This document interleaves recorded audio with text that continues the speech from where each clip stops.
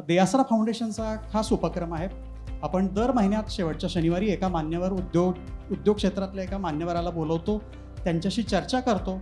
उद्देश आपला हाच आहे की त्यांचे जे काही लर्निंग्स आहेत ते सगळे आपल्याला कळावेत. त्यांच्यापासून खूप काही गोष्टी असतात ज्या आपल्याला शिकायला मिळतात, त्या शिकायला मिळाव्यात, चर्चा व्हावी आणि गप्पा व्हाव्यात, हाच आपला त्याच्यात उद्देश आहे. आमचं जे मिशन आहे, आपलं जे मिशन आहे, उद्योजकता वाढावी, त्या माध्यमातून हाच या उपक्रमाचा एक मोटो आहे. सुनंदाताई पवार यांची वेगळी ओळख खरं म्हणजे काही करून द्यायची गरज नाही आहे. बारामती आणि परिसरात गेली अनेक दशकं खास करून महिला एम्पॉवरमेंट, महिला सशक्तीकरण, महिलांना स्वतःच्या पायावर उभं करणं, त्यांना नवा आत्मविश्वास देणं, या क्षेत्रात गेली अनेक वर्ष त्यांचं काम चालतं. बारामती ॲग्रिकल्चरल ट्रस्टच्या त्या विश्वस्त आहेत. शारदा महिला संघाच्या माध्यमातूनही त्यांचं काम चालतं. याच त्यांच्या कामामध्ये आता देयासरा फाउंडेशनसुद्धा जोडलं गेलेलं आहे. तर त्याच विषयी थोडक्यात देयासरा फाउंडेशनच्या ज्या प्रोग्राम मॅनेजर्स आहेत अस्मिता ताटके, त्या आपल्याला सांगतील, म्हणजे पुढच्या मुलाखतीसाठी तो संदर्भ घेऊन आपल्याला सुरुवात करता येईल. अस्मिता.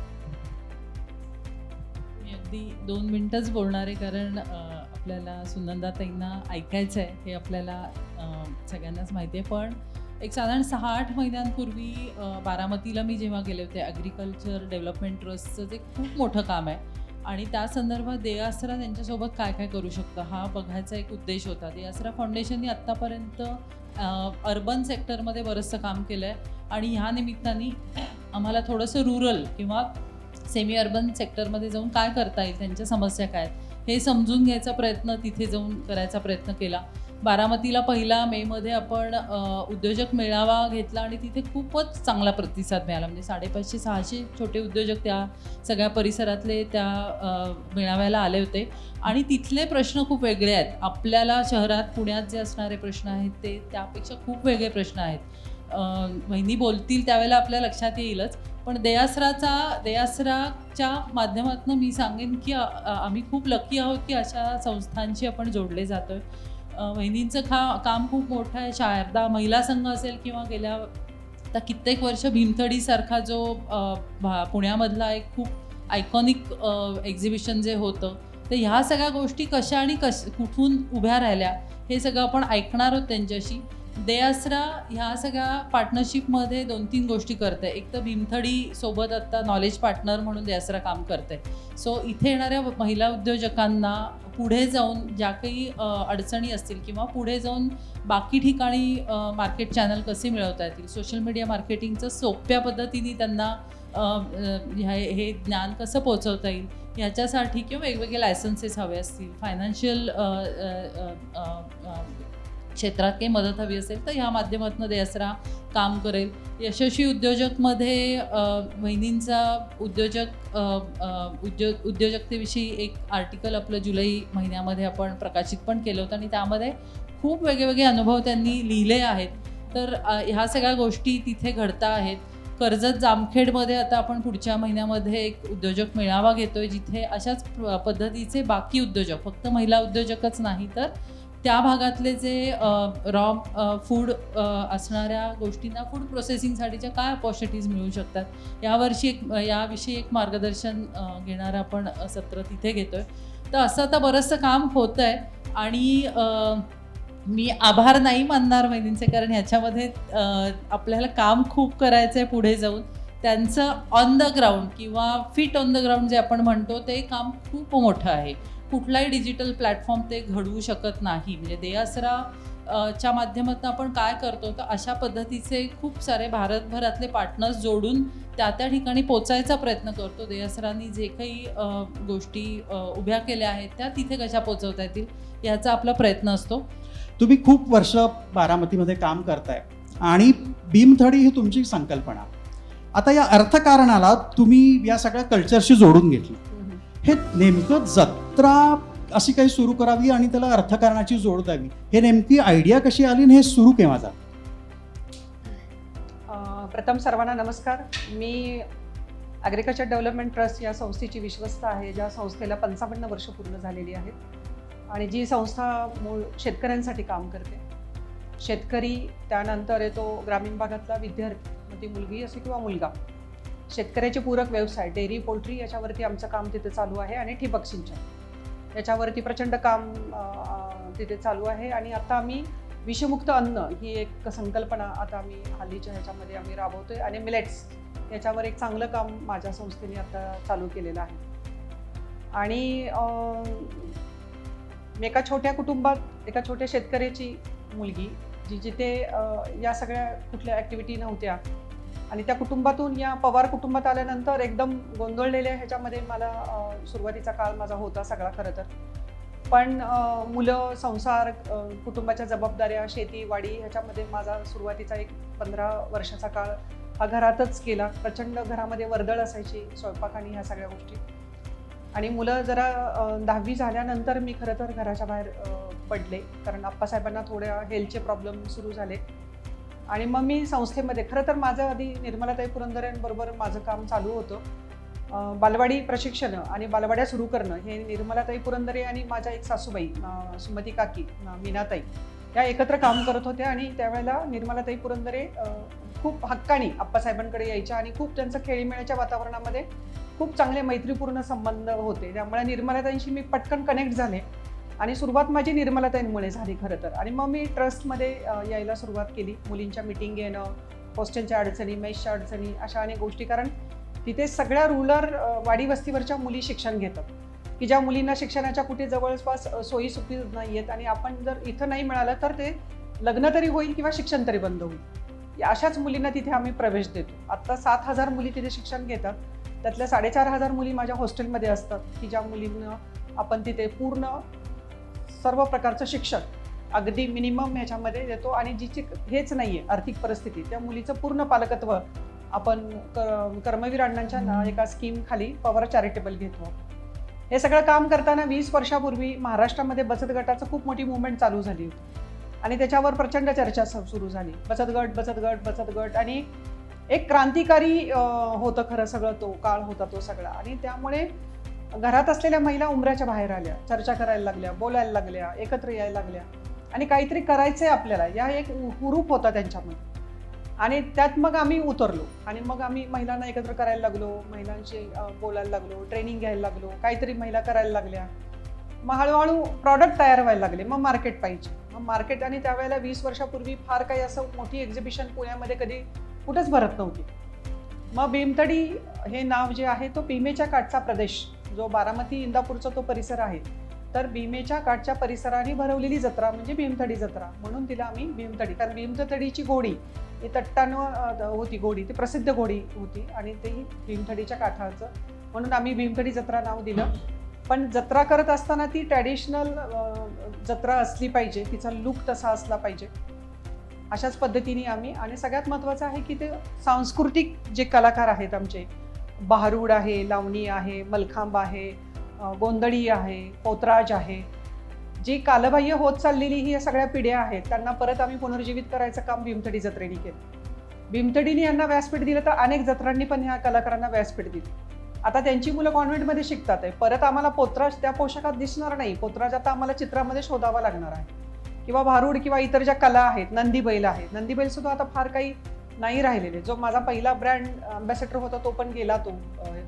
आणि नंदीबैलशिवाय माझी जत्रा भरूच शकत नाही. म्हणजे तो ब्रँड अँबॅसेडर आहे माझ्या जत्रेचा.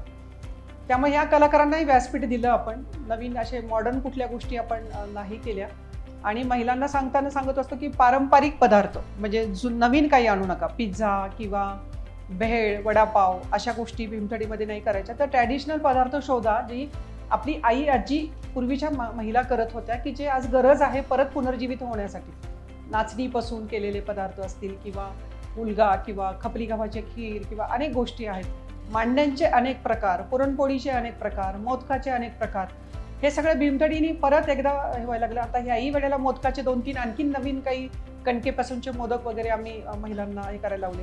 तर जेव्हा त्यांचं महिला एकत्र येतात, आता 21 जिल्ह्यातनं महिला आमच्या भीमथडी जत्रेमध्ये रजिस्टर झाल्यात आणि 10 राज्यातून महिला रजिस्टर झालेल्या आहेत. त्या NGO आहेत. आणि अशा प्रकारे ग्राहक आणि उत्पादक यातला मधला दुवा साधण्यासाठी ही जत्रा आम्ही पुण्यामध्ये भरायचं ठरवलं. कारण पुण्यातला ग्राहक चोखंदळ आहे आणि एखादा इव्हेंट आवडला तर त्याच्या पूर्णपणे मनापासून प्रेम करणारा लोक या पुणे शहरामध्ये असल्यामुळे खूप मोठ्या धाडसाने आम्ही खरं आलो. खूप भीती वाटत होती काय होईल कसं होईल. पहिल्यांदा छोट्या ग्राउंडवर आम्ही यात्रा भरवली 3 वर्ष 4 वर्ष आणि प्रचंड प्रतिसाद मिळाला त्यावेळेला. आणि मग आम्हाला हळूहळू इकडे शिफ्ट व्हावं लागलं मोठ्या ग्राउंडवर. आणि हे 13-14 एकरचं ग्राउंड आता आम्हाला अपुरं पडतंय या सगळ्या पार्किंग आणि ह्याच्यामध्ये. पण याच्यामध्ये जो एक माझा उद्देश होता की ग्राहक आणि उत्पादक याच्यामधला दुवा साधायचा, ती भूमिका माझी आणि माझ्या संस्थेची खूप छान पद्धतीने मान्य झाली आणि तिला यशही चांगलं मिळालं मला. आणि याच्यातनं उद्योजक घडायला लागले.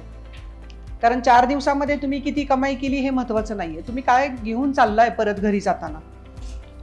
शेजारणीचा प्रॉडक्ट संपला, विकला गेला, पण माझ्याकडचं काहीच हल्लं नाही. मग हे तुम्ही शिकलं पाहिजे की माझं का नाही विकलं गेलं, माझ्या ह्याच्यामध्ये काय अशा त्रुटी होते की त्यामुळे मला निराश व्हावं लागतं. हे 4.5 दिवसाचं 5 दिवसाचं ट्रेनिंग खरं भीमथडी जत्रेमध्ये असतं. तुम्ही विका माल विकताय, पण शिकून काहीतरी घेऊन बाहेर जावा. म्हणजे मला जेव्हा भीमथडी संपते तेव्हा आनंदाने अगदी नमस्कार करून खूप समाधानाने सांगून जाणाऱ्या महिला पण भेटतात आणि रडत जाणाऱ्या पण महिला, माल सगळा जसा ना तसा माल घेऊन जाताना पण महिला. मला पण जीव तुटतो माझा, पण मी काही करू शकत नाही. मी त्यांना सांगते की भीमथडीने तुम्हाला व्यासपीठ दिलं, ग्राहक तुमच्या समोर आणून उभा केलाय, कॅश करणं तुमची जबाबदारी. मग तुमचा प्रॉडक्ट चांगला असला पाहिजे आणि सगळ्यात महत्त्वाचं तुम्हाला बोलता आलं पाहिजे, जे अजूनही महिलांना जमत नाही. आम्ही अनेक कामं करू शकतो पण आम्हाला बोलता येत नाही, आम्हाला व्यक्त होता येत नाही, आम्हाला सांगता येत नाही की हे माझ्याकडे स्किल आहे किंवा हे माझा प्रॉडक्ट इतका चांगला आहे की तुम्ही एकदा ह्या गोष्टीवर मग आम्ही काम करतो. आत्ता परवाच कर्जत जामखेडच्या महिलांचं एक सेशन माझं पूर्ण झालं. तुम्ही कसं यायचं आहे, प्रॉडक्ट कसा असला पाहिजे, थंडी असेल, औषधापासून बाकीच्या बारीक बारीक गोष्टीच्या सूचना आम्ही महिलांना देतो. स्वतःच्या वस्तू स्वतःला सांभाळायच्या, बोलायचं कसं, विक्री कशी करायची, स्वतःच्या जोखमीच्या वस्तू कशा सांभाळायच्या, तेलं कुठली वापरायची, हँड ग्लोव्ज आणि इतर सगळी काळजी काय घ्यायची खाद्यपदार्थांची. अशा सगळ्या गोष्टी आम्ही महिलांना सांगून त्यांना आणतो. पण ज्या महिला बाहेरच्या PDCC बँक असते, महाराष्ट्र बँक असते, त्यांच्याकडनं येतात, तिथं थोड्या काही त्रुटी मला जाणवतात की तिथे डायरेक्ट मी त्यांना काही गोष्टी बंधनकारक नाही करू शकत आहे. पण तिथं पण माझं लक्ष असतं की बाबा तुम्ही चुका केल्या तर पुढच्या भीमथडीला आम्हाला बॅन करावं लागेल किंवा तुम्हाला आम्ही घेऊ शकणार नाही. त्यामुळे भीमथडी थोडीशी कडक पण आहे, शिस्तीची पण आहे. आणि भीमथडी जत्रेमध्ये तुम्ही आला असाल तर जो आमचा फूड सेक्शन असतो, फूड फेस्टिवल, तिथं यावर्षी 70 स्टॉल आहेत. 35 व्हेजिटेरियन, 35 नॉन व्हेजिटेरियन. ते पण पारंपरिक सगळे पदार्थ आहेत. आणि तिथं पूर्ण मॅटिंग असतं, ते पूर्ण नवीन मॅटिंग मी टाकायला कॉन्ट्रॅक्टरला सांगते, कारण खाली मांड्या घालून लोक जेवायला बसतात. त्यामुळं तिथं कमालीची स्वच्छता आम्ही ठेवण्याचा प्रामाणिकपणे प्रयत्न करतो. ओला कचरा सुका कचरा स्वतंत्र करून तेही आपण करतो. पाण्याची खूप काळजी आम्ही घेतो तिथे भीमथडीमध्ये. त्यामुळं हा एक इव्हेंट मलाही माहिती नव्हतं की 10 वर्ष चालेल, 5 वर्ष चालेल, मलाही किती हे नव्हतं. पण बघता बघता कोविडचा काळ सोडला तर 17 भीमथडी म्हणजे 17वी भीमथडी असेल आपली. कोविडमध्ये आम्ही नाही केली, पण प्रचंड यश या जत्रेला मिळालं. अनेक उद्योजक त्यातनं उभा राहिले. त्यातला एक उद्योजक माझ्या इथं समोर बसलेला आहे. ताई, तुम्ही महिलांवर खूप फोकस करता, तर का फक्त महिलांवरच तुमचा एवढा जोर असतो? असं काही नाही खरं, पण माझा ओढा कायम मुली आणि महिलांकडे राहिलाय. कारण संस्थेमध्ये पण उपक्रम राबवत असताना माझं पोलीस ट्रेनिंग एक उपक्रम आहे जो मला नेहमी शेअर करावासा वाटतो. भीमथडी सुरू झाली त्याच्याच आगेमागे एक शिंत्रे म्हणून एक पोलीस ऑफिसर बारामतीला आले होते. ते म्हणले की वहिनी, तुम्ही महिलांसाठी एवढं काम करताय तर मुलींसाठी राखीव जागा आहेत पोलीस दलामध्ये, तर तुम्ही ट्रेनिंग चालू करा. मग आम्ही शारदा अकॅडमीच्या नावाने ते ट्रेनिंग चालू केलं. आणि पहिल्या दिवशी आम्ही ठरवलं की यासाठी फी नाही घ्यायची. आणि मग ह्या सगळ्या वाडी वस्तीवरच्या मुलींचं आम्ही रजिस्ट्रेशन चालू केलं. आणि त्या महिलांना पूर्णपणे स्ट्रिक्ट शिस्तीमध्ये प्रॅक्टिकल थेअरी आणि ह्याच्या पेपरचं ग्राउंडचं आम्ही त्यांना शिकवायला लागलो. तर आज मी तिला गेल्या वर्षी माझ्या ज्या काही मेगा भरती झाली त्यात 87 मुली माझ्या सेंटरच्या सिलेक्ट झाल्या. आणि आत्ताचा जो माझं अचिव्हमेंट आहे की 800 मुली खाकी वर्दीमध्ये उभ्या राहिल्या. पण या 800 मुली कुठल्या घरातल्या आहेत हे खूप महत्त्वाचं आहे. की 12वी नंतर लग्न झालं, नवरा दारू पितोय, 5वी शिकलेला आहे, काही करत नाही, कुटुंब कसं चालवायचं, झोपडीमध्ये राहतीये, कुणीतरी फीडबॅक दिला, तू बारामतीला जा, इकडे जा, इथं चांगलं काम आहे, तुला काहीतरी मिळेल. अशा ह्या 12वी नंतर 6 वर्षांनी 5 वर्षांनी जो इतका गॅप पडलाय अभ्यासामध्ये, शरीर प्रकृती याच्यामध्ये पण खूप प्रचंड हे झालेली आहे. अशा मुली तिथं येतात आणि तुम्हाला आश्चर्य वाटेल की 5-5 किलोमीटर त्यांना रोज धावावं लागतं पहाटे उठून. त्यावेळेला त्यांना दम लागतो, धाप लागते, कुपोषित असतात, बाळं घरी ठेवलेली असतात, फिडिंगची बाळं पण त्यांची घरी असतात, त्याचा त्रास त्यांना दुधाचा होत असतो. अशातल्या मुली आम्ही उभ्या केलेल्या आहेत सगळ्या, की तिच्याकडे अजिबात फी भरायची पण पैसे नाही आहेत. आणि ह्या सगळ्या आर्थिक दुर्बल घटकातील मुली जेव्हा उभ्या राहतात खाकी वर्दीमध्ये, त्यावेळेला दोन्ही कुटुंब त्या सावरतात. आणि म्हणून आम्ही तो उपक्रम आणि एक नर्सिंगचा उपक्रम, आम्ही हे 2 उपक्रम असे आहेत की त्या उपक्रमाला सगळ्या गरीब कुटुंबातल्या मुली तिथं येतात, शिकतात आणि स्वतः उभ्या राहतात पायावरती. आणि तुम्हाला तर माहिती की मुलगी शिकली तर सगळं दोन्ही बाजूच्या कुटुंब ह्याला तो सपोर्ट असतो. माहिती नाही मला, पण माझी आई शेतकरी, तिला धारा काढताना, कुटुंबाचं सगळं करताना मी पण पाहिलेलं आहे. त्यामुळे ओढा माझा थोडासा महिलांकडे जास्त आहे काम करताना. तुम्ही म्हणता ते अगदी बरोबर आहे. एक महिला शिकली, आत्मविश्वासात तुम्ही एक शब्द वापरला होता की महिलेमध्ये नुसती ती उद्योजकच बनत नाही, तर तिचा स्वाभिमान तिला परत मिळतो, तिचा नवीन स्वाभिमान येतो. आणि महिलेचा जेव्हा स्वाभिमान कुटुंबात येतो ना, तेव्हा सगळी परिस्थिती बदलून जाते. तुम्ही उद्योजकांसाठी तुमच्या प्रत्येक बोलण्यातनं जाणवलं की काहीतरी वेगळेपण आहे. जे इथे येणारे 90% हे उद्योजक आहेत. भीमथडीमध्ये जर तुम्हाला प्रवेश पाहिजे असेल तर खूप काटेकोरपणे चाळणी लावली जाते. तर उद्योजकांनी हे वेगळेपण, आपलं वेगळेपण, म्हणजे सगळे करतात म्हणून आपण करायचं नाही. जर तुम्हाला काहीतरी वेगळं स्केल करायचं असेल, तुमचा वेगळा ठसा उमटवायचा असेल, तर तुम्हाला काहीतरी वेगळेपण जपलं पाहिजे. गेली अनेक वर्ष तुम्ही भीमथडीच्या माध्यमातून या सगळ्या छोट्या उद्योजकांना बघताय.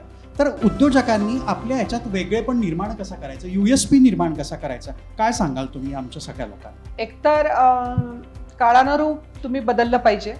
ग्राहकाचं हे काय, म्हणजे ग्राहकाच्या मागण्या काय आहेत किंवा डिमांड्स काय आहेत, किंवा तुम्ही तुमचं कुटुंब चालवत असताना तुम्हाला काय हवंसं वाटतं की हे मला मिळालं तर बरं होईल, इझी होईल. तर या गोष्टीचा सगळ्यांनीच लोणची पापड मसाल्यामध्ये शिरू नये असं माझं प्रामाणिक मत आहे. कारण एक्सपायरी डेट आहे आणि इतर अनेक गोष्टीच्या अडचणी येऊ शकतात त्याच्यामध्ये. काळानुरूप बदलणं ही महिला बचत गटांची किंवा महिलांची जी उद्योजिका, मी महिला बचत गट ही संकल्पना बोलतच नाही त्याच्यावर, कारण ती पूर्णपणे झोपलेली आहे आता महाराष्ट्रामध्ये आणि ह्याच्यामध्ये, त्यामुळे त्याच्यावर बोलायलाच नको. महिला उद्योजिका, तुला काय चांगलं जमतं आणि तू काय करू शकतेस.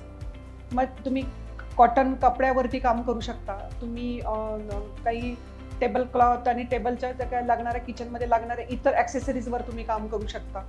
स्कूलसाठी, कॉलेजसाठी लागणारे, किंवा सलवार कमीज, किंवा त्याच्यामध्ये आणखीन काही तुम्ही सोपं करून करत असाल महिलेचं, एखाद्या नोकरी करणाऱ्या महिलेचं, घरामध्ये काही गृहिणीचं, तर तशा काही गोष्टी तुम्ही जर हे करू शकलात तर मला वाटतं ते जास्त परिणामकारक राहतं. खणावरती काम करा, तुम्ही इकतवरती काम करा, तुम्ही कलमकारीवरती काम करा, पण वेगळं काहीतरी करून तुम्ही समोर आणलं तर त्याला ग्राहक चांगला मिळतो.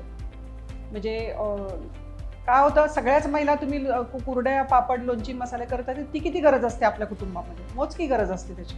पण वेगळं काहीतरी आपण करायला पाहिजे. इव्हन पदार्थ सुद्धा आपण करताना थोडे ट्रॅडिशनल पदार्थ तुम्ही केलेत तर तुम्हाला तिथे चांगला प्रतिसाद तुम्हाला मिळू शकतो. तिथं जत्रेमध्ये असं म्हणत नाही मी, जत्रा ही फक्त 4च दिवसाची आहे, पण तुम्हाला जेव्हा 365 दिवस काम करायचे त्यावेळेला तिथं तुम्हाला ग्राहक जुळला गेला पाहिजे, तुम्हाला घरी बसून ऑर्डर आल्या पाहिजेत आणि मिळाल्या पाहिजे. आज तुम्ही कुठलाही कार्यक्रम करायचा म्हटला तर तुम्हाला आपलं महाराष्ट्राचं जेवण, जे मला स्वतःला खूप आवडतं, मसाले भात, वरण भात, पुरणपोळी, बटाट्याची भाजी, हा मेनू करणारी माणसंच नाही आहेत पुण्यामध्ये. मोजक्या केटरिंगच्या हे आहेत की त्यांना नंबर आहेत आणि त्यांना वेटिंग आहे आणि ते देश नाही आहेत, पण याच्यामध्ये अजून कुणीही उतरत नाही आहे. आज तुम्ही पाहता की सगळे राजस्थान आणि इकडचीच लोक आज आपल्या महाराष्ट्रामध्ये केटरिंगचं काम करतात. महाराष्ट्रातली लोक काहीच करत नाही या बाबतीमध्ये, केटरिंगमध्ये, जे पूर्वी होतं. तर हा एक खूप चांगला चॅलेंजिंग गोष्ट आहे खाद्यपदार्थामध्ये, कारण कापड आणि अन्न याच्यामध्ये मार्जिन खूप आहे आणि हे करायला हवंय. कारण आता नोकऱ्या नाही मिळणार आहेत आणि आहेत त्याच्या नोकऱ्या जाण्याची शक्यता पण नाकारता येत नाही, कारण जागतिक लेवलची औद्योगिक क्रांती येते असं परवा झगडे साहेब एकदा बारामतीला आले तेव्हा ते म्हणाले की वहिनी थोड्याच दिवसामध्ये औद्योगिक क्रांती येते जागतिक लेवलची, ऑटोमायझेशन. तर मग ऑटोमायझेशनमध्ये जर असं काही घडलं तर मग जॉब जाण्याची शक्यता पण नाकारता येत नाही. मग आपण काय करणार आहोत? जिवंत राहायचं असेल तर मग अनेक गोष्टी आहेत. मला म्हणजे बेकरी आहे, बेकरीमधले अनेक वेगवेगळे प्रॉडक्ट आहेत. थोडा कॅन्सर आणि आजारपण वाढायला लागल्यामुळे ग्राहक पण थोडा सेन्सिटिव्ह झाला आहे. त्याला रंग नको आहेत, त्याला प्युअर पाहिजे, त्याला रेसिड्यू फ्री पाहिजे. मग त्याच्यामध्ये आपण काय करू शकतो का याचा विचार. नंतर मिलेट्समध्ये तुम्ही काय करू शकता का, मिलेटचे पदार्थ. आज तुम्ही दोराबजीच्या दुकानामध्ये गेला तर जो शेतकरी जो मिलेट विकतो त्याच्या डबल टिबल भावामध्ये तुम्हाला दोराबजीमधनं तुम्ही मिलेट विकत घेता. पण तुम्ही जर शेतकऱ्याकडे गेला तर तेच मिलेट तुम्हाला आणखीन प्युअर स्थितीमध्ये कमी रेटमध्ये तुम्हाला मिलेट्स मिळतील सगळे.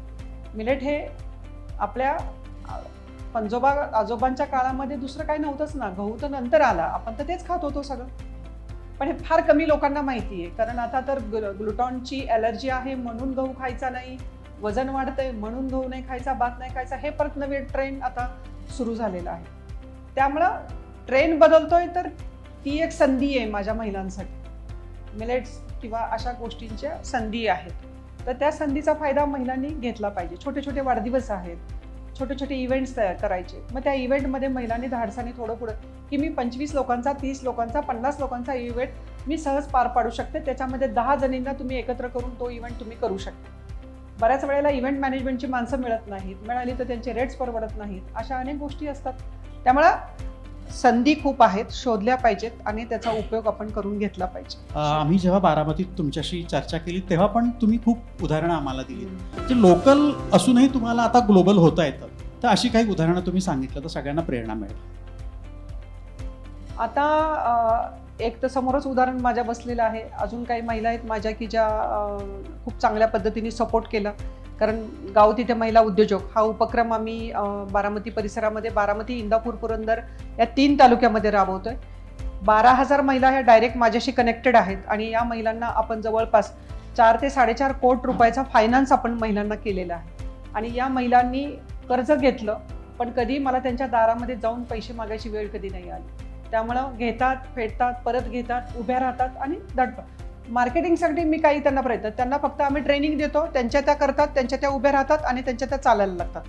अगदी साधी चिकटपट्टीची परवा बघितली असेल तुम्ही की चिकटपट्टी ही रोज घरामध्ये लागणारा, नित्यनेमाने लागणारा तो एक घटक आहे. आणि त्याचं एक छोटंसं युनिट आम्ही इंदापूरमध्ये परवा चालू केलं आणि ते इतकं चांगलं चाललेलं आहे आणि त्या सगळ्या महिला एकत्र येऊन छान पद्धतीने चालवतात. त्यामुळे आता सगळ्यात मोठं चॅलेंज, आता परवा मी दुबईला काही माल पाठवला होता आणि त्याचं पण उत्तर मला मी वाट बघतीये.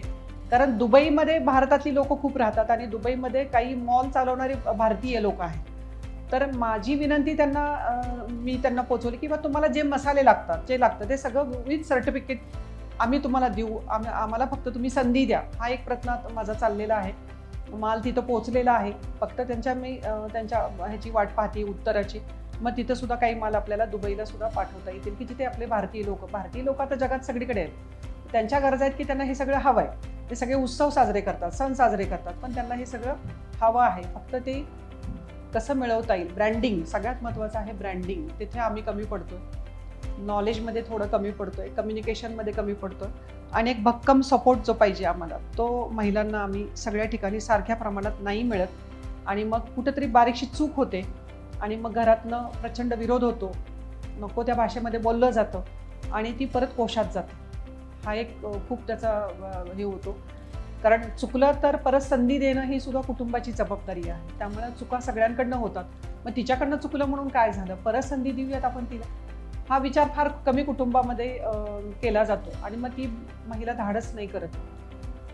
हा पण खूप हे आहे त्या महिलांच्या ह्याच्यातला. त्यामुळे भीमतडीच्या माध्यमातून परदेशी माल पाठवणाऱ्या पण महिला आहेत आणि एक गट उभा राहिला आणि त्या गटाने हजारो महिलांना सपोर्ट केला. अशी पण लोक आज या भीमतडीच्या माध्यमातून उभी राहिलेली आहेत. महिलांना ग्रामीण भागात असो की शहरी भागात पुढे जाताना एक वेगळ्या प्रकारच्या अडचणींना सामोरे जावंच लागतं. तुम्ही म्हणता की चौकट मोडून महिलांनी बाहेर पडलं पाहिजे, काम केलं पाहिजे. भीमतडीने हे चौकट मोडण्यासाठी महिलांना प्रेरणा दिली का?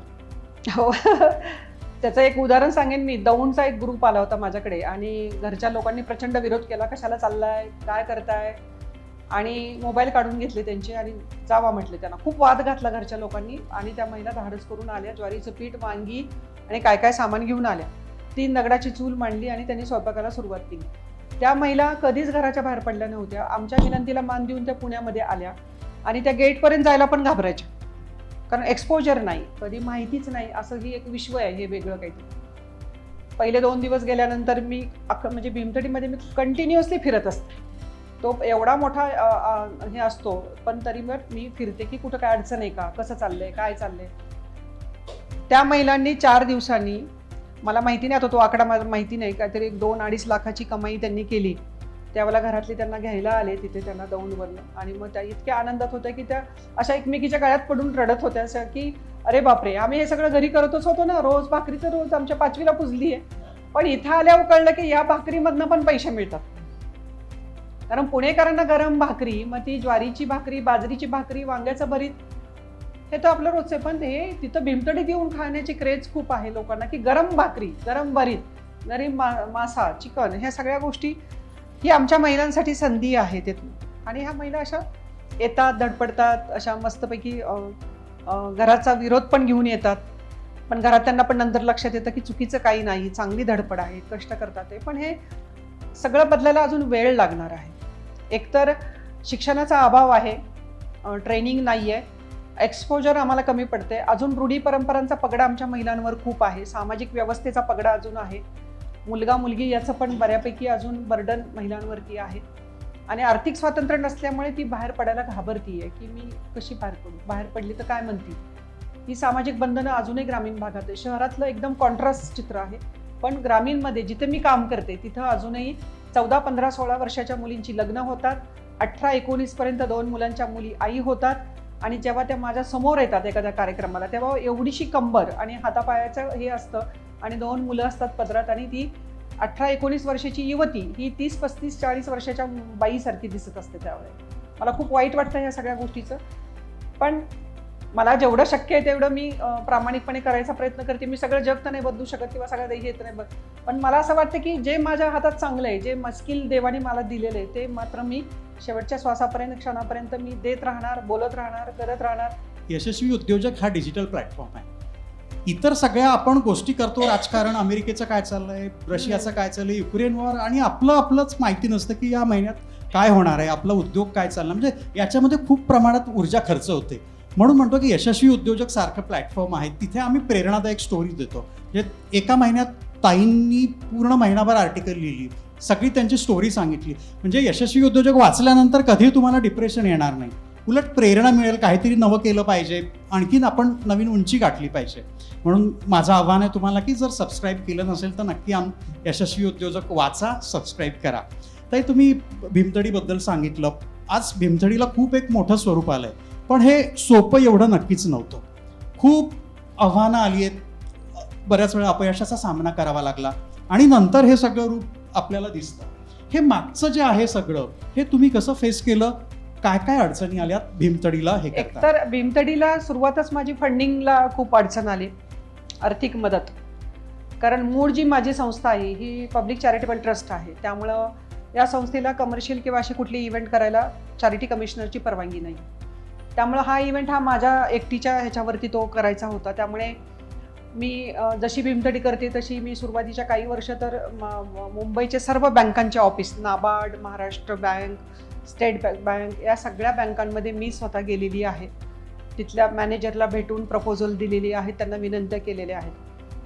बऱ्याच लोकांना असं वाटतं की पवार कुटुंब आहे, पवार साहेबांची कुटुंबातली मोठी सून आहे, अजितदादांच्या वहिनी आहेत, आणि एक मोठा वलय आहे पवार कुटुंबाचं, त्यामुळे भीमतडी सहज पार पडत असेल किंवा त्याला आर्थिक सपोर्ट मिळत असेल. पण मला प्रामाणिकपणे तुम्हाला सांगायचं की मी कधी कुणावरती भीमतडीचं बोजा कधी कुणावर टाकला नाही.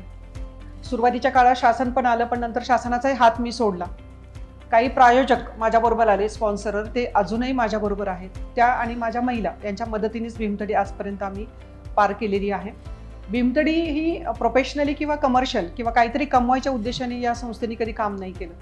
कायम जेव्हा आम्ही लेखा शेवटच्या हिशोबाला बसतो त्यावेळेला 1-2-4 लाखांनी भीमतडी मायनस आणि ह्याच्यामध्येच असते.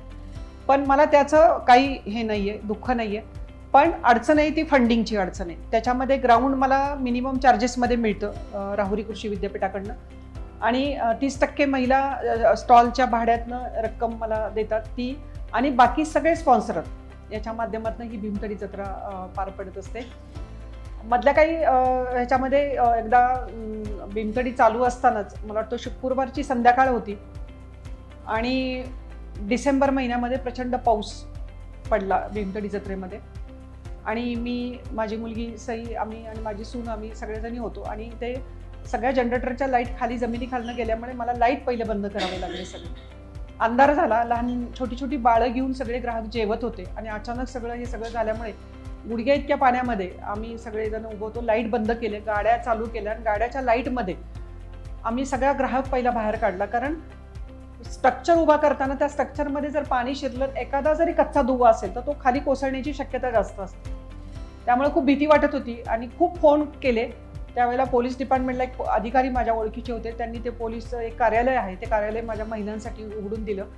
ज्यांचा पूर्ण माल भिजला होता, कपडे भिजले होते, महिला सगळ्या भिजलेल्या होत्या, त्यांना पहिलं बाहेर काढलं की तुम्ही जशा आहात तशा बाहेर पडा, तुमच्या मालाची तुम्ही काळजी करू नका, मी आहे. आणि मग पहिल्या महिला पाठवल्या, ग्राहक बाहेर काढला आणि सिक्युरिटी वाढवली तिथली. आणि मग दुसऱ्या दिवशी सकाळी ठरवलं की शनिवारी बंद करायचं हे सगळं. आल्यावरती मी मिटिंग घेतली महिलांची की आपण ताईंनो थांबूयात, कारण चिखल खूप आहे आतमध्ये. आणि मग त्यातला जो पूर्ण माल भिजलेला होता, त्या महिला निघून गेल्या, त्या मला थांबल्या पण नाहीत मला विचारायच्या.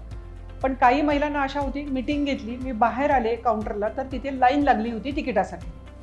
मग मी बारामतीवरनं मक्याच्या ट्रकची पोतीची ट्रक मागवले आणि ते मॅटिंग काढलं आणि त्या चिखलावर सगळी पोती अंतरली.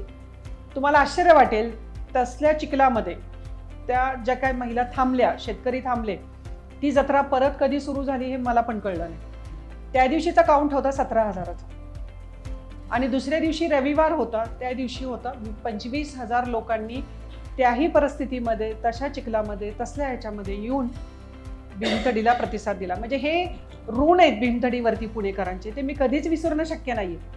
म्हणजे मला ते आठवलं तरी माझ्या अंगावर काटा येतो की अरे बापरे, केवढं ते प्रेम आहे सगळ्यांचं. एकदा आग लागली होती, लूज हे होतं लाईटच्या ह्याच्यामध्ये. त्यावेळेला माझ्या स्वयंसेवक जी मुलं होती बारामतीवरनं आलेली, त्यांनी स्वतःच्या जीवाची पर्वा न करता तिथल्या तिथं ती आग थांबवायचा प्रयत्न केला आणि कुणालाही इजा न होता. तो शेवटचा दिवस होता आणि एक ॲडिशनल दिवस वाढवल्यामुळे जो फायर ब्रिगेडची गाडी होती ती आधी निघून गेली आणि अचानक आम्ही एक दिवस वाढवल्यामुळे त्या दिवशी ती गाडी तिथं नव्हती. त्यामुळे तो एक आम्ही अक्कल शिकलो की फायर ब्रिगेडची गाडी भीमथडी संपेपर्यंत तिथून हलवून द्यायची नाही. असे सगळे असं भीती वाटण्यासारखे दोन होते, पण सुखरूपपणे भीमथडी सगळ्या महिलांनी पण कॉपरेट केलं. काय होतं, सिलेंडर असतात ना, सिलेंडर म्हटलं की थोडी भीती असते की थोडा जरी पाईप, तर महिला आले की पहिले आमची टीम फिरते आणि ISI मार्कचेच पाईप तिथं असले पाहिजेत हा आग्रह आम्ही असतो. जुन्या पाईप काढून आम्ही नवीन पाईप बसवून देतो महिलांना आणि खूप काळजी घेण्याचं एक त्यांना ही असते. कारण कुठेही काय, कारण तिथं इलेक्ट्रिसिटीची लाईटच नसते, जी लाईट असते सगळी जनसेट आणि याची लाईट असते, त्यामुळे सगळं नवीन असतं सगळं तिथे, त्याला काही पर्यायच नसतो तिथे. साधारण 1.5 ते 1.25 कोटीचा खर्च आहे भीमथडीचा पार पडेपर्यंत. कारण जे कलाकार येतात त्या कलाकारांचं मानधन आपण भीमथडीतूनच देतो, त्यांची राहायची व्यवस्था. आता आदिवासी भागात ना, आता मी परवा यवतमाळला गेले होते आणि यवतमाळला जेव्हा मी रोहित बरोबर आम्ही तिथे एक भाऊबीज केली त्या विधवा महिलांमध्ये, तर त्या महिलांच्या सगळ्या समस्या समजून घेतल्यानंतर ते एक आदिवासी डान्सचा एक ग्रुप होता, ट्रूप होता जो आमच्या स्वागतासाठी होता. त्यांना आम्ही इन्व्हाइट केलं पुण्याला, त्यांचं येणं जाणं आणि मानधन याची सगळी व्यवस्था आपण केली. आणि तिथल्याच एका महिलांचा ग्रुप, विधवा महिलांचा, त्यांना आम्ही एक स्टॉल तिथं हे केलं की तुम्ही सगळा तुमचा माल घेऊन तिथं या आणि तो माल तुम्ही तिथं विका आणि काहीतरी शिका तुम्ही तिथं, आम्ही आहोत तुमच्याबरोबर. यवतमाळ खूप लांब आहे, पण भीषण परिस्थिती आहे. म्हणजे तिथं जे काय पाहिलं मी, अनुभवलं ते अवघड आहे सगळं. पण बघूया, त्यांनाही आपण इथं बोलवलेलं आहे. त्यामुळे अडचणी खूप आल्या मला, पण त्यातूनही आम्ही बाहेर पडलो. पण हे काही एकट्या सुनंदा पवारची भीमथडी नाही आहे, त्याच्यामध्ये अनेक लोक जोडून गेलेली आहेत. आयोजक आहेत, प्रायोजक आहेत, स्पॉन्सरर आहेत, माझं कुटुंब आहे, माझी मुलगी सई आहे, माझी सून कुंती आहे, रोहित आहे, राजेंद्र दादा आहेत आणि माझ्या संस्थेतले सगळे कर्मचारी आणि माझे हे सगळे. आणि प्रत्येकाला वाटतं जत्रा माझी आहे, मला एकटीलाच नाही वाटत आहे. बऱ्याच वेळेला जत्रेमध्ये मला तब्येत ठीक नव्हती, टेम्परेचर होतं, एकदा माझ्या मुलीचं लग्न होतं, तरी पण जत्रा सोडून मी कुठेही हललेली नाही. 15-15 तास कितीही जवळचं लग्न असतं तरी मी जत्रा सोडून बाहेर जात नाही. बऱ्याच वेळेला एक्झिबिशनचं जे काही अपयश आलेलं दिसतंय आपल्याला काही भागांमध्ये, की खूप दिमाखामध्ये उद्घाटनं होतात आणि नंतर आयोजकच गायब असतात तिथून. महिलांना समस्या काय आहेत, अडचणी काय आहेत, ग्राहकांना काय, याचा कोणी तिथे विचार नाही करत. पण आमची टीम शेवटचा, म्हणजे जोपर्यंत शेवटच्या दिवशी 11 वाजता जेव्हा भीमथडी संपते, तेव्हा तिथून पुढं आमच्या टीमचं काम चालू होतं. महिला सुखरूपपणे तिथून बाहेर पडून त्यांचे मेसेज येईपर्यंत आम्ही शांत नसतो. सगळी काळजी आपण घेतो आणि लाखो करोडोचा माल भीमथडी जत्रेमध्ये पडलेला असतो. आज तागायत 17-18 वर्षामध्ये कधीही कुठलीही चोरी किंवा अनुचित प्रकार भीमथडी जत्रेमध्ये घडलेला नाही. हे सुद्धा पुणेकरांचं प्रेम आणि त्यांचं हे आहे की कधी त्या पद्धतीचा त्रास भीमथडीला कधी नाही कुणी दिला. त्यामुळे ते पण एक हेच आहे, म्हणजे मदतच आहे जत्रेला. त्यामुळं असं सगळं आहे, अडचणीतनं ह्याच्यातनं पण पुणेकरांच्या जीवावर सगळं चाललाय हा सगळ्या गोष्टी. आणि सगळ्या प्रकारची लोक येतात, फीडबॅक खूप छान देतात, मला शोधतात, मला भेटतात. काही सुधारणा असतील तर त्या पण सांगतात, काही चुका असतील तर त्या पण मला सांगतात. मी उत्सुक असते ऐकायला, कारण कौतुकापेक्षा काही चूक असेल तर मला दुरुस्त करायला संधी असते पुढच्या भीमथडी जत्रेमध्ये. चुका तर निश्चितपणे होत असतील आमच्याकडनं, पण त्या आम्हाला दुरुस्त करायला पण संधी असते. आणि दरवेळेला काहीतरी वेगवेगळं पर्यावरण प्रदूषण याच्यावरती भीमथडी जत्रा मेसेज देत असते. कॉटनच्या पिशव्या घेऊन या, आम्हाला सहकार्य करा, प्लास्टिक मागू नका, हे करू नका, असं सगळ्या गोष्टी आम्ही करत असतो. याही वर्षी एक अभिनव प्रयोग राबवायचा आम्ही ठरवलेला आहे, बघू त्याला कसं यश मिळतंय. बॉटल म्हणजे पाण्याच्या बाटल्यांशिवाय भीमथडी जत्रा असं एक करायचं चाललेलं आहे. त्याच्यावर चर्चा चाललेली आहे की कसं करता येईल आपल्याला, की एकही प्लास्टिकची बॉटल न वापरता येणाऱ्या ग्राहकाला स्वच्छ पाणी प्यायला मिळेल, पण प्लास्टिकची बॉटल तिथं कुठं पडणार नाही. आणि तो जो कचरा पडतो, हजारोंच्या संख्येने बॉटल आणि ह्या सगळ्या पडतात, तो जर टाळता आला तर काय करता येईल आपल्याला, त्याच्यावरती आम्ही विचार करतोय. हा एक अभिनव प्रयोग आहे आमचा. आणि माझ्या शारदानगरच्या मुलांना तो एक उपक्रम दिलाय की प्लास्टिकच्या बॉटलवर तुम्ही काहीतरी काम करा.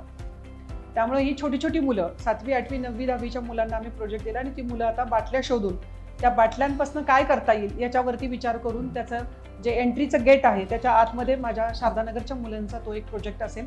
प्लास्टिक बॉटलवरती ते काही करतात. पुणेकर तसे फार कमी लोकांचं कौतुक करतात, ही कॉम्प्लिमेंट आहे. आणि गेली अनेक वर्ष भीमथडीला पुणेकरांचं प्रेम मिळते. प्रचंड चोखंदळ, म्हणजे याबाबत देशभर त्याची चर्चा केली जाते. फारच कमी वेळात ते कुणाला एवढी पसंती देतात आणि भीमथडीला त्यांनी एवढा भरभरून प्रतिसाद दिला. नाही, मला पण खूप कौतुक आहे. म्हणजे मला पण पुणेकरांचं तर मी लहानपणापासून ऐकतच आलेली आहे, चोखंदळ ग्राहक आहे. पण खूप छान, मस्त. मी शेवटचा प्रश्न विचारतो, नंतर तुम्ही प्रश्न विचारतो. ताई, संधींबद्दल मला सांगायचं, म्हणजे विचारायचं आहे फक्त, की ग्रामीण भागात आणि शहरी भागात आता लोकांचा अवेअरनेस वाढतोय व्यवसायाकडे, ॲज अ करिअर म्हणून बघण्याकडे. कशा संधी बघता तुम्ही नव्यानं येऊ इच्छिणाऱ्या लोकांसाठी व्यवसायात? आता याच्यामध्ये ग्रामीण भागाचा विचार करायचा असेल तर शेतकरी जो कडधान्य पिकवतोय, आज मूग असेल, मटकी असेल, हुलगा असेल किंवा डाळी असतील, त्याच्या प्रक्रिया करून डाळी, आज तुम्ही भीमथडी जत्रेमध्ये जर पाहिलं असेल तर सालासकटच्या डाळीला प्रचंड मागणी आहे. पॉलिश नको आहे लोकांना, कारण ते अनहेल्दी आहे किंवा ते नाही चांगलं. त्याच्यामध्ये प्रचंड शेतमालावर प्रक्रिया करणं ते विकणं डायरेक्ट, त्याला खूप संधी आहेत. आणि हाऊस टू हाऊस सेवा देण्याला पण चांगली संधी आहे, जी तुम्ही परदेशात आणि काही अजून पुण्यामध्ये पण काही ठिकाणी ती चालू आहे. ज्ञानेश्वर बोडके सर खूप चांगलं काम करतात. हजारो शेतकऱ्यांना त्यांनी जोडून दिले आणि घरोघर भाज्या पोचवण्याचं आणि कडधान्य आणि शेतमाल पोचवण्याचं काम सुद्धा ही मंडळी करतात आणि त्यांनी हजारो शेतकरी जोडलेला आहे याच्यामध्ये. ती एक संधी आहे. आणि गावातली गरज काय आहे, शहरातली गरज काय आहे, तुम्ही ज्या एरियात राहता तिथली गरज काय आहे, तिथला अभ्यास करून तिथल्या तिथं जर तुम्ही काही सुरू करू शकला, कारण बऱ्याच महिलांना बाहेर पडायला परवानगी नसते किंवा मुलं लहान आहेत, घरातली परवानगी नाही, कशाला जाते, काय करते, तर मग तिथल्या तिथे तुम्ही काय करू शकाल तो अभ्यास करून जर तुम्ही तिथल्या तिथं दुकान असेल, एखादं तिखट असेल, मसाला कुठायचंही असेल किंवा एखादं छोट्याशी शॉपी असेल, अशा काही गोष्टी तुम्ही सुरू करू शकता. आणि सगळ्यात महत्त्वाचं आहे, जागतिक बाजारपेठेचा वेध घेऊन जो ग्राहक, भारतातला जो माणूस बाहेर गेलेला आहे त्याची गरज ओळखून तिथं कसं पोचायचं, हे मोठं काम आपल्याला इथून पुढच्या काळामध्ये करावं लागणार आहे. प्रचंड मागणी आहे फूड आणि क्लॉथिंगमध्ये, फक्त ते गरज ओळखून तिथं आपल्याला कसं पोचता येईल यासाठी मात्र सगळ्यांनी, माझ्यासकट सगळ्यांनी प्रयत्न गरजेचं आहे. आत्ता मी सुरुवात केली, आत्ताशी दुबईला मी माल पाठवला आहे, त्यांचा काय रिस्पॉन्ड येतो त्याच्यावरती माल आम्ही पाठवू. भीमथडी फाउंडेशनच्या माध्यमातून पण आम्ही सेंट्रल गव्हर्नमेंटकडनं आम्हाला खूप मदत झाली आणि त्याच्या माध्यमातून पण आम्ही महिलांना ट्रेनिंग देणं आणि उभं करणं आणि त्यांचा माल बाहेर पाठवणं यासाठी पण ते प्रयत्न, आता आमचे ब्रँडिंग आणि ह्याच्यावरती काम चाललेलं आहे. कारण हे खूप महत्त्वाचं आहे की ब्रँडिंग झालं पाहिजे, सर्टिफिकेशन झालं पाहिजे, FSSAIचं ते हे झालं पाहिजे आणि माल बाहेर गेला पाहिजे. याच्यावरती मात्र माझ्यासमोर बसलेले जर उद्योजक असतील तर त्यांनी थोडंसं कुणाला तरी मदतीला घेऊन छोट्या प्रमाणात का होईना तुम्ही याच्यावरती काम केलं पाहिजे. हँडमेड गोधडी, आता या भीमथडी जत्रेमध्ये मला वाटतं गोधडी किंवा हँडमेड पॉटरी आणि याच्यावरती आणि काही ब्रँड येतात ते जे बाहेरच्या राज्यातून येतात ते प्युअर आहेत, हँडमेड आहेत, हातमागावरती केलेलं आहे. अशा काही गोष्टी आपल्या भीमथडी जत्रेमध्ये येतात. त्यांना शक्य झालं तर आपल्याला का नाही, तर आपण करायला पाहिजे. अशा काही गोष्टी आपल्याला कराव्या लागतील. सगळ्यात महत्त्वाचं आहे शेतकऱ्याला पिकवता येतं पण विकता येत नाही. मी स्वतः शेतकरी आहे, माझ्याकडे आंब्याची बाग आहे, जवळपास 2,500-3,000 झाडं माझ्याकडे आंब्याची आहेत, पण आज तागायत मी आंबा कधी व्यापाऱ्याला दिला नाही. माझा आंबा मीच विकते आणि त्यावेळेला मी काठ्यावर बसलेली असते. त्यावेळेला मी कुठल्या मोठेपणाच्या ह्याच्यामध्ये नसते की मी पवारांची सून आहे, रोहितची आई आहे, अमकं आहे तमकं आहे. 30-35 टन आंबा मी एप्रिल-मे मध्ये माझा मी विकते. आणि तेव्हा मला कळतं की व्यापाऱ्याला दिलेलं असतं तर त्याला किती पैसे मिळाले असते, मी विकल्यानंतर मला किती पैसे मिळतात. आणि प्रत्येक बाईला आणि पुरुषाला कळलं पाहिजे की मी पिकवतोय तर मी विकलं पाहिजे. हा अजूनही ग्रामीण आपल्या शेतकऱ्यांमध्ये तो ट्रेंड नाही. शेतकरी तयार झालं, हार्वेस्टिंगला आलं की पहिला व्यापारी शोधतो आणि काही लाखाला तो फसला जातो. ते मात्र नाही झालं पाहिजे असं मला वाटतं. आपला माल आपल्याला विकता आला पाहिजे, तो बोलता आला पाहिजे. मग तुम्ही लेदरची चप्पल का बनवत असं, साधी स्लीपर जरी बनवत असता तर तुम्हाला विकता आली पाहिजे, त्याच्यात लाज नाही वाटली पाहिजे. आज आपल्या महाराष्ट्रामध्ये काय झाले माहिती, सगळीकडे साऊथ इंडिया आणि इकडची लोक तुम्ही बघताय, केरळी पंक्चर काढणारा केरळी. आज माझ्याकडे दिवाळीमध्ये आज माझी रिक्वायरमेंट काही 1,500 किलो लाडूची होती, तर तेवढे रिक्वायरमेंट पूर्ण करणारा महाराष्ट्रातला कुठलाही केटरर नव्हता जी माझी रिक्वायरमेंट माझ्या राजस्थानी माणसाने माझी पूर्ण करून दिली. तेव्हा मी विचार करते, अरे हेच काम मी त्या माणसाला देऊ शकले असते माझ्या महाराष्ट्रातलं. पण ही लोक येतात, नम्रतेने राहतात, अतिशय उत्कृष्ट काम करतात आणि इथे येऊन त्यांनी स्वतःची घरं बांधली आणि सेटल झाले आणि बाहेरच्या लोकांना आणून आणखीन लोक त्यांनी इथं सेटल केले. पण आमची माणसं काम नाही करत आहेत, वाईट त्याचं वाटतं. आपल्याला जमत नाही, करता येत नाही. तो खूप मोठा विषय आहे, त्याच्यावरती मला नाही बोलायचं आता. ते आसरा फाउंडेशन असेल किंवा आता शारदा महिला संघ आणि दे आसरा फाउंडेशनचे पण मला मनापासून आभार मानायचे की तुम्ही आता अर्बनमध्ये होता, आता तुम्ही ग्रामीणमध्ये येताय आणि आमच्या बरोबर आला आहात, त्याच्याबद्दल मी मनापासून तुमचे आभार मानते. खरंच आम्हाला मदतीची गरज आहे. म्हणजे मी अजून सांगेन की शहरातल्या महिलांना मी आवाहन करेन की तुमच्याकडे ज्ञान आहे, स्किल आहे, तुमच्याकडे तुम्ही आर्थिकदृष्ट्या सक्षम आहात, पण अजूनही ग्रामीण भागाला तुमची गरज आहे. भीमथडी जेव्हा सुरू केली तेव्हा भीमथडी ही जास्त करून प्रेस कॉन्फरन्स आणि वर्ड ऑफ माउथवरती डिपेंडेंट होती. पण नंतर आम्हाला लक्षात आलं की स्पॉन्सरशिप्स आणि ह्याच्यासाठी आपल्याला थोडं कॉर्पोरेट स्टेप्स घ्यावे लागतील. मग आम्ही सोशल मीडियावरती आलो, सोशल मीडिया स्ट्रॅटेजीजवरती काम करायला लागलो. भीमथडीचं डिझायनिंग सगळं प्रोफेशनल व्हायला लागलं, होर्डिंग्सपासनं सगळं. सोशल मीडियावरती जे फूड क्रिटिक्स आहेत, तरुण लोक आहेत, त्यांच्याबरोबर आपण कोलॅबोरेशन्स करतो आहे. आणि रेडिओ पार्टनरवरती आपण काम करतो आहे. मागचे 4 वर्ष बिग FM आपलं रेडिओ पार्टनर होतं. यावर्षी आपण रेडिओ पार्टनर, थोडं कोविडनंतर मीडिया पार्टनरशिपला त्रास होतो आहे, पण यावर्षीपासून रेड FM बरोबर कदाचित आमचं पार्टनरशिप होईल. तर आणि सोशल मीडिया थ्रू आम्ही जास्त काम करतो आहे आणि वर्ड ऑफ माउथ. 21 डिसेंबरला भीमथडी जत्रा भरणार आहे आणि ती 25च्या रात्री संपेल. आपण 24 म्हणत होतो पण एक दिवस आपण हे केलेलं आहे सुट्टी असल्यामुळे. त्यामुळे 21 ते 25 डिसेंबर यावर्षी सिंचन नगरचं मोठं ग्राउंड. मेट्रोचा वापर पण बऱ्यापैकी लोक करू शकतात, कारण जवळचं मेट्रो स्टेशन नाही चालू झालं पण त्याच्या जवळचं एक चालू झालं आहे. तिथून तुम्ही शिवाजीनगरचं, तिथून पण लोकल आपल्या मेट्रोनी येऊन तिथून रिक्षानी भीमथडी जत्रेपर्यंत पोहोचू शकतात. तो एक थोडासा त्रास होतोय आपल्याला, कारण सगळीकडेच उकरलेलं आहे आणि कामं चालू आहेत. त्याची अडचण फक्त भीमथडी जत्रेला गेल्या वर्षी पण आली आणि ह्याही वर्षी येण्याची शक्यता आहे.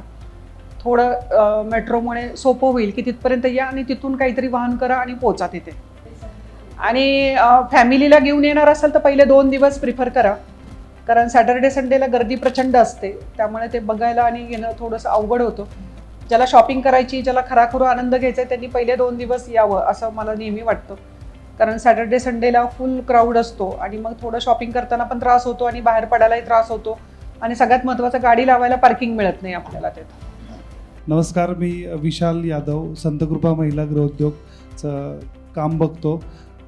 खरं तर आज वहिनींचा हा कार्यक्रमाचं मला 1-2 दिवसापूर्वी समजलं मुलाखत आहे म्हणून, आणि मी आवर्जून या कार्यक्रमासाठी आलो. तर अगदी मला म्हणजे येण्याचा मुख्य माझा फायदा हा झाला की अख्खी भीमतडीची 17 वर्ष माझ्या डोळ्यासमोर आली. प्रत्येक प्रवास त्यांनी जो सांगितला तो आम्ही जसं काही लोकांनी स्वतः अनुभवला आहे, तसं त्यापैकी मी पण एक आहे की मी वहिनींनी सांगितलेल्या सर्व ज्या काही अडीअडचणी, जो आनंदाचा क्षण होता तो मी त्यांच्यासोबत मी पण म्हणजे अनुभवलेला आहे. आणि गेले 15 वर्ष झालं भीमतडीमध्ये मी काम करतोय. माझ्या आईनं हा व्यवसाय चालू केला. सुरुवात एक उदरनिर्वाहाचं साधन म्हणून सुरू झालेला उद्योग आहे. खरं तर आमच्या कुटुंबामध्ये 10वीच्या पुढं शिक्षण झालेलं कोणीही नाही. आत्ता आमच्या बायका आहेत तेवढ्या लग्नानंतर. आणि खरं तर व्यवसाय कुठलीही पार्श्वभूमी नाही. आम्ही एक शेतकरी कुटुंबातून आलेलो आहे. आमचाही शेती उद्योग होता आणि कुठंतरी काहीतरी पोट भरायचं म्हणून पुण्यात आलेलं आमचं खरं कुटुंब होतं. आणि त्यात आमचे 5-10 वर्ष सुरुवातीचे असे गेले एवढे खडतर की मी 12 वर्ष मी आणि आमचा भाऊ दोघांनी दारोदार फिरून चटण्या आणि मसाले विकलेले आहेत पुण्यामध्ये. म्हणजे अगदी माझ्या आता डोळ्याचं ऑपरेशन झाले, मला आता नाही प्रवास होत, पण मी पुण्यातली कुठली अशी गल्ली नाही की मी तिथं मी चालत फिरलेलो नाही आहे. एवढा माझा अभ्यास आहे इथला पुण्यातला. आणि मी जसं मला भीमतडी विषयावर समजलं, पहिले 2 वर्ष माझे भीमतडी कुठं भरते, कोण भरवते समजायलाच मला गेले. जेव्हा मला समजलं त्यावेळेला म्हणजे मी भीमतडीमध्ये एंट्री केली तेव्हापासून मी गेल्या वर्षीपर्यंत मी पूर्ण भीमतडीचा खरं तर मी स्वतः अनुभव घेतला आहे, आनंद घेतला आहे. आणि मी माझ्या आयुष्याचं खरं सांगतो की जसं वहिनींनी मगाशी सांगितलं की जी 4 दिवसात किंवा 5 दिवसात जो सेल होतो, हा सेल तर महत्त्वाचा आहे, पण त्या व्यतिरिक्त तुम्ही काय घेऊन जाताय, तर त्याचं मी खरं सांगतो की एक जिवंत उदाहरण आहे की वहिनींचा प्रत्येक शब्द, प्रत्येक वाक्य, अगदी त्यांनी वैयक्तिक जरी मला म्हणून काही सांगितलं नसेल तरी मला जे काही अपेक्षित होतं ते मी प्रत्येक वेळोवेळी घेत गेलो, तसे बदल करत गेलो. आणि याचं सगळ्याचं म्हणजे श्रेय मी वहिनींना देतो. जवळपास प्रत्येक वर्षी आम्ही म्हणजे पुण्यात ज्या काही नवनवीन संकल्पना आम्ही राबवल्या, अगदी वहिनींनी अगदी माझी गाडी जरी सुरुवातीला पकडली अगदी ट्रॅफिक हवालदारांना, तरीसुद्धा मी वहिनींना बरेच त्यावेळेला फोन पण केलेले आहेत. अगदी इथपर्यंत मी अगदी मला त्यांना मदत केलेली आहे. बाकी आता किती गाड्या तुमच्या फिरतात? आता माझ्या जवळपास पुण्यामध्ये 14 आणि मुंबईमध्ये 5 गाड्या आहेत.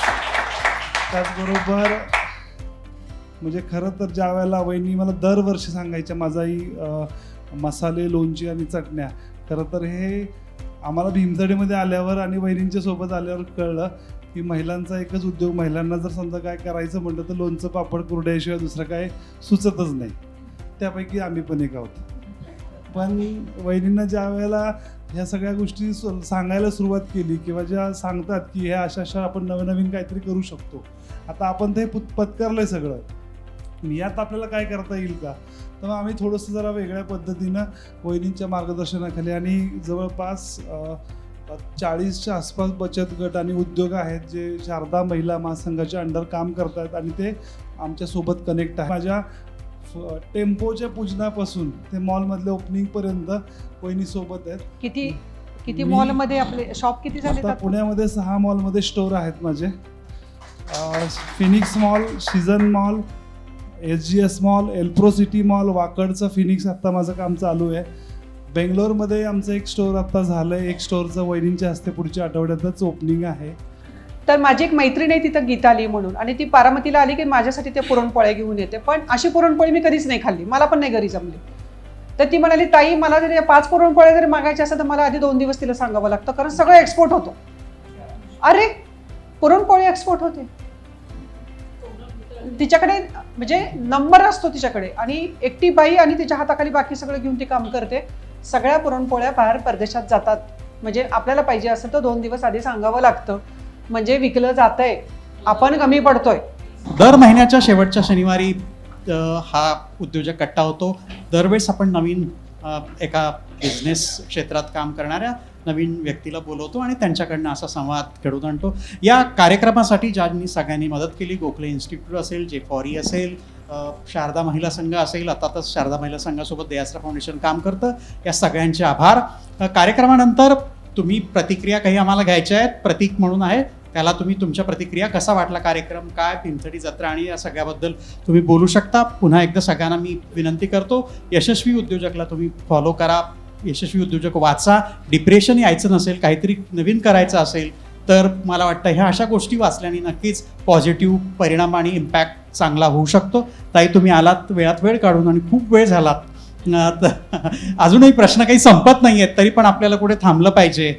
तुमचे मनपूर्वक आभार, थँक्यू. धन्यवाद. एक धन्यवाद. छोटीशी गिफ्ट आहे ते तुम्हाला.